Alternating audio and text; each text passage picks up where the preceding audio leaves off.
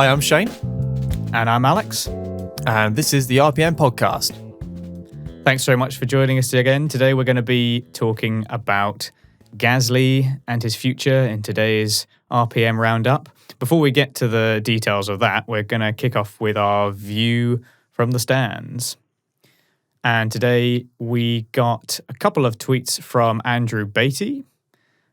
He did ask us about how Horner and Red Bull in general are probably feeling after the Italian Grand Prix. He said Gasly has been doing a great job all season, to be fair. Obviously, we're going to be talking more about that in a minute. But Andrew sent us another tweet asking, do you think anyone else could have achieved the same result as Hamilton in the same circumstances? Verstappen maybe, but no one else in my opinion. Obviously referring to Hamilton's result at the Italian Grand Prix coming from the back. What do you think, Shane? Can anyone else other than Hamilton do that? I don't think there's many people. I think, case in point, Bottas couldn't. Bottas was stuck P6 for the majority of the race and couldn't make moves on various different cars. He wasn't just stuck behind a racing point. He was stuck behind a Renault points, and a McLaren. So he really struggled to get past any type of car, no matter what the downforce and top speed were.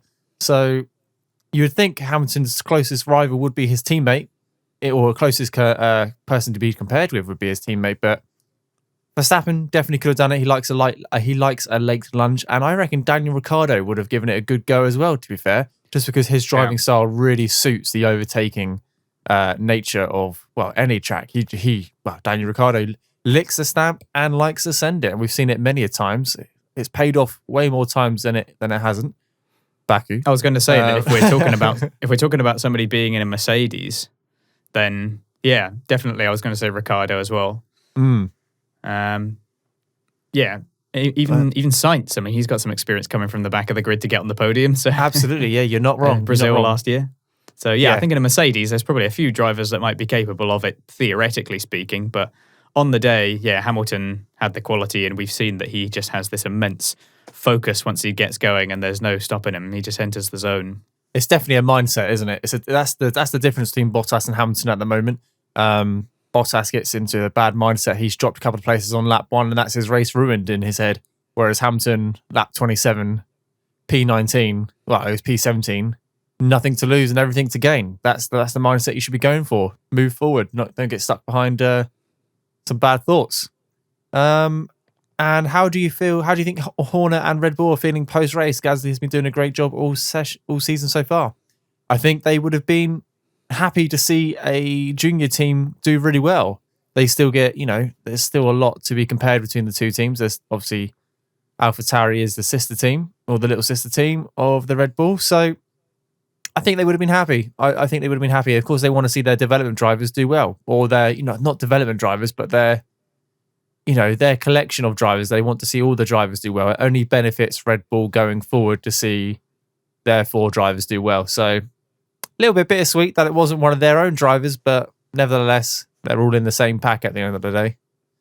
Yeah, they might be asking questions as to why their supposedly smaller sister team was able to achieve a better result than their big team that has had all this development and money and resources put into it. And that car did not look good in Monza. It was not very strong in a straight line.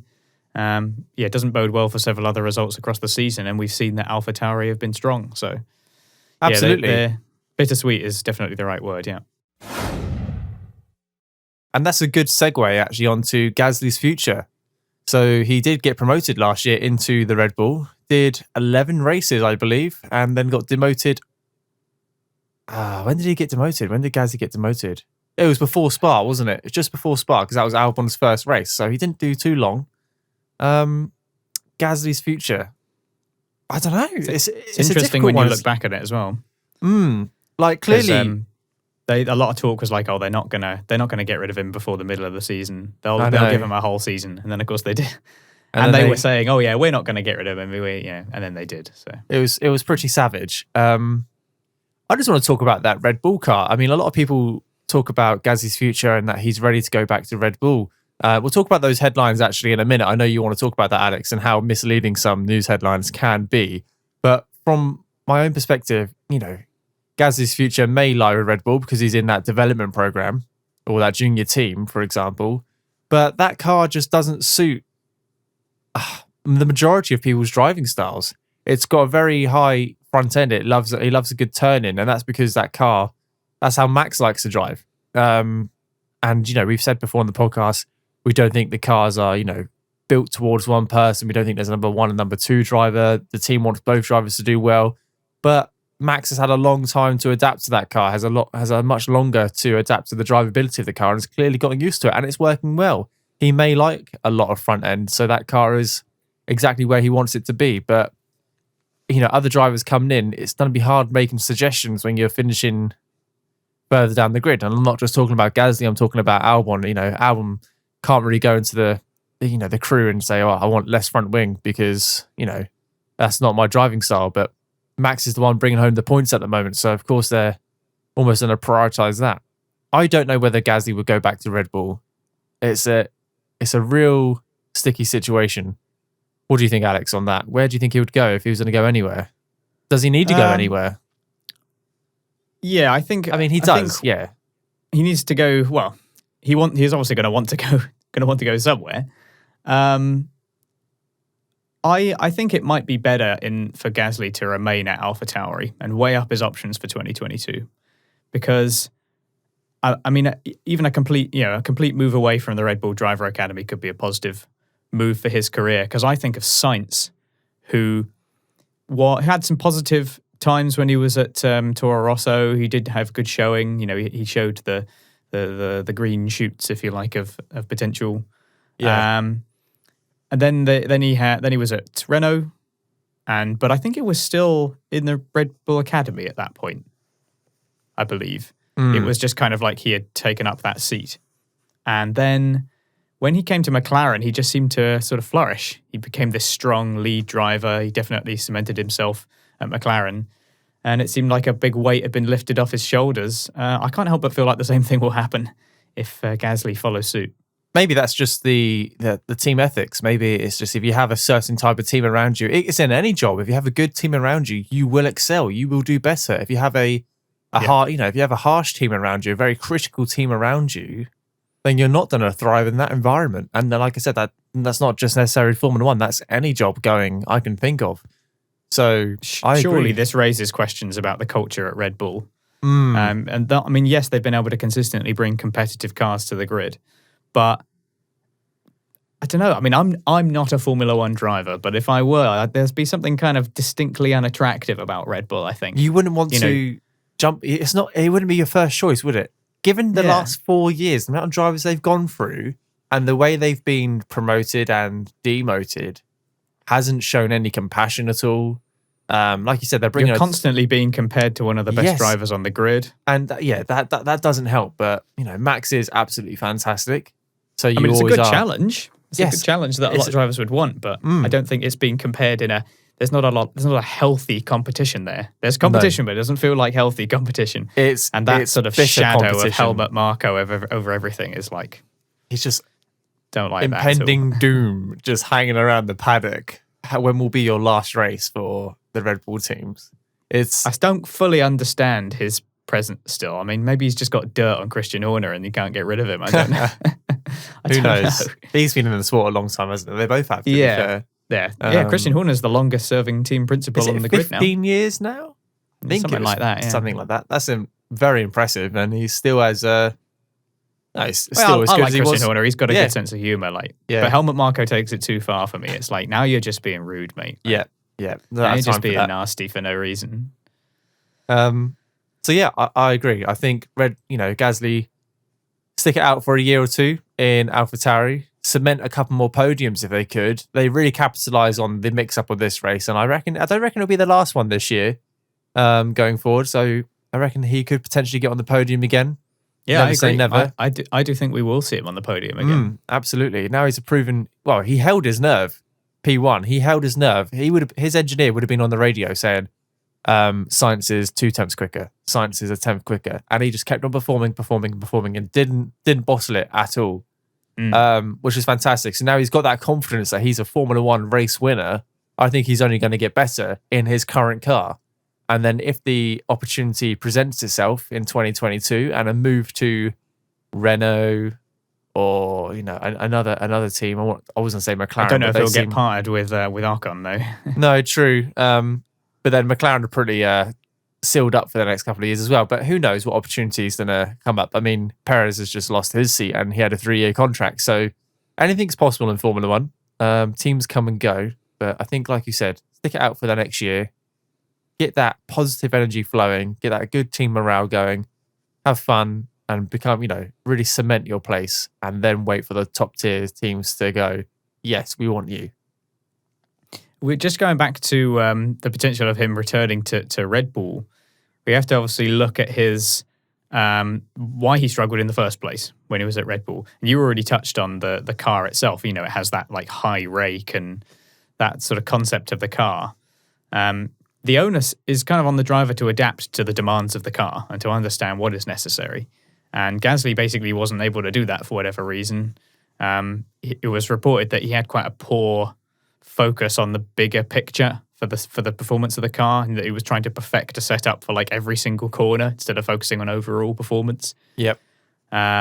And of course, there was a lot of pressure being exerted on him by the team. And we heard the way that he was being talked to by his race engineer. They weren't exactly urging him on and encouraging him to do better. It was like, come on, pull your finger out, basically, which to some extent you can understand. Obviously a lot of time and resources have been put into him. But if you keep doing that and they respond badly to it, you don't just keep hammering away because that's going to make it worse. And Red Bull didn't seem to pick up on that very quickly. And of course, we can't really talk about the idea of Gasly going back to Red Bull without talking about what happens to Albon. And that's a whole different conversation.